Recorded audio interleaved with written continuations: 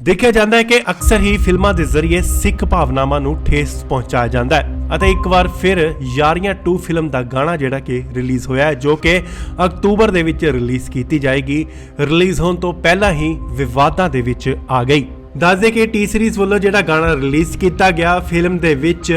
ਜੋ ਕਿ ਮਿਜ਼ਾਨ ਜਾਫਰੀ ਨੇ ਇਸ ਫਿਲਮ ਦੇ ਵਿੱਚ ਮੁੱਖ ਭੂਮਿਕਾ ਨਿਭਾ ਰਿਹਾ ਹੈ, ਉਸ ਵੱਲੋਂ ਸਿੱਖ ਕਾਕਾਰ ਜੋ ਕਿ ਸ੍ਰੀ ਸਾਹਿਬ ਹੈ ਉਸ ਨੂੰ ਪਾਇਆ ਹੋਇਆ ਦਿਖਾਇਆ ਗਿਆ, ਜਿਸ ਕਰਕੇ ਸਿੱਖ ਭਾਈਚਾਰੇ ਵਿੱਚ ਰੋਸ ਦੇਖਣ ਨੂੰ ਮਿਲ ਰਿਹਾ ਹੈ ਅਤੇ ਸਿੱਖ ਭਾਈਚਾਰੇ ਵੱਲੋਂ ਇਤਰਾਜ਼ ਜਤਾਇਆ ਜਾ ਰਿਹਾ ਹੈ। ਉਧਰ ਐਸਜੀਪੀਸੀ ਵੱਲੋਂ ਟਵੀਟ ਕਰਕੇ ਕਿਹਾ ਗਿਆ ਹੈ, ਐਸਜੀਪੀਸੀ ਨੇ ਫਿਲਮ ਦੇ ਨਿਰਮਾਤਾ ਨੂੰ ਚੇਤਾਵਨੀ ਦਿੱਤੀ ਹੈ ਕਿ ਜੇਕਰ ਫਿਲਮ ਵਿੱਚੋਂ ਇਤਰਾਜ਼ਯੋਗ ਦ੍ਰਿਸ਼ ਨਾ ਹਟਾਏ ਗਏ ਤਾਂ ਕਾਨੂੰਨੀ ਕਾਰਵਾਈ ਜਿਹੜੀ ਉਹ ਕੀਤੀ ਜਾਏਗੀ। ਯਾਰੀਆਂ 2 ਦੇ ਇਸ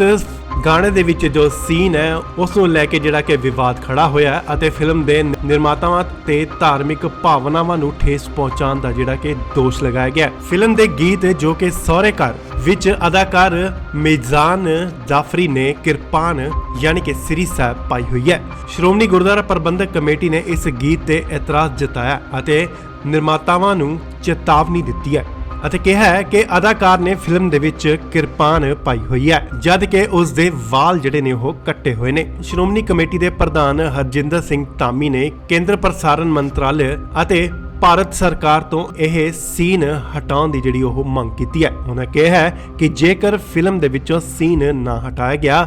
ਤਾਂ ਸਿੱਖ ਕੌਮ ਦੀਆਂ ਧਾਰਮਿਕ ਭਾਵਨਾਵਾਂ ਨੂੰ ਠੇਸ ਪਹੁੰਚਾਉਣ ਲਈ ਕਾਨੂੰਨੀ ਕਾਰਵਾਈ ਜਿਹੜੀ ਉਹ ਕੀਤੀ ਜਾਏਗੀ ਅਤੇ ਇਸ ਗੀਤ ਨੂੰ YouTube ਤੋਂ ਹਟਾਉਣ ਦੀ ਵੀ ਮੰਗ ਕੀਤੀ ਗਈ ਹੈ।